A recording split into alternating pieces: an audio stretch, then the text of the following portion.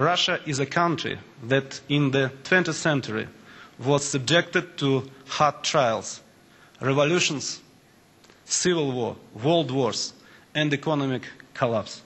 Today we are building new institutions based on the fundamental principles of full-fledged democracy, a democracy without unnecessary additional definitions.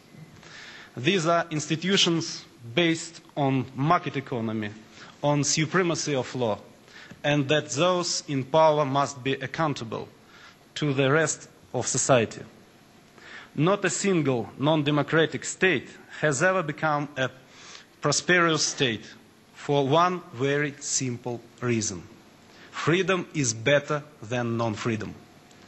Yet we still have much work ahead of us. And we most certainly realize what problems we are facing. Excessive dependence on markets of mineral law materials, corruption, and the still very high level of differentiation of the incomes of population, as well as the declining number of our population.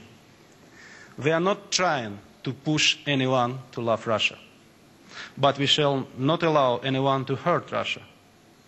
We shall strive to win respect both for citizens of Russia and for the country as a whole.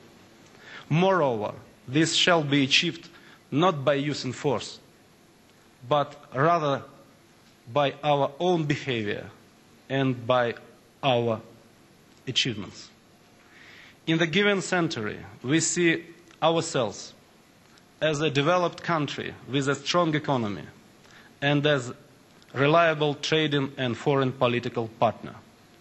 Russia has historically been such a country throughout many centuries. Russia's position in all of this is very simple. We are in favor of creating understandable and transparent rules of competition, not just within the national economy, but between the economies, among the economies of developed states. If competition on the national scale proves to be the most effective approach, then on the international level, it is the most effective governments that will succeed. And this is the most effective incentive for all states. And in the rhetoric, a failure of one's own national competitiveness often lies behind the rhetoric concerning these subjects. And the rhetoric concerning the need to protect one's own national interests. And unfortunately, we don't yet have an economic constitution, so to speak, in the global economy. What kind of investments do we actually want? Well, of course, it's to create new jobs, but not just new jobs. It is high-tech jobs. Jobs that require a high level of intellectual input, very well-paid jobs. We're talking about new technologies, we're talking about new management tools, and enormous possibilities for the self-fulfillment, the self-realization of young and talented people who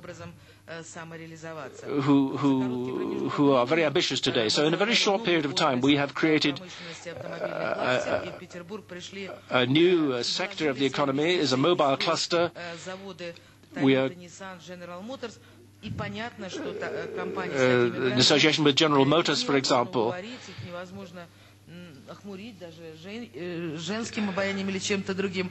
We need, it's not a question of charm, we need to create competitive conditions, and that is what we're trying to do. We're trying to de-bureaucratize our business relations. We are combating corruption more effectively.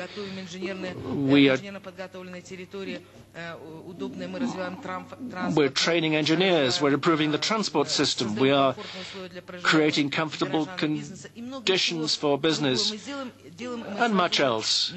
Competition is the locomotive which will allow us in the future to determine who chose the right path and who didn't. As far as Russian economy is concerned, in the last 10 years, this is a whole era. So for the last 10 years, what we've been doing is tackling a multitude of internal problems. We were learning corporate management techniques. We were setting up and growing companies, and give credit where it's due. We succeeded in that. We managed, for the simple reason, and I mean the growth rate of our economy shows that, and company growth rates are witness to that. Many companies are no longer national. They've come out of Russia's borders, Rusal, Suwal, ourselves. Many companies are now international, and we managed to cross national borders. There are differences of view as to the best ways of developing our economy within the government. I don't claim absolute truth, but I believe that the best prospect is for the whole economy to be in private hands. And business will do it most effectively. So there is no real danger of excessive state control of the economy in future. Because to the extent that it does remain in state hands, it's going to be inefficient, ineffective, and we shall find ourselves having to sell it.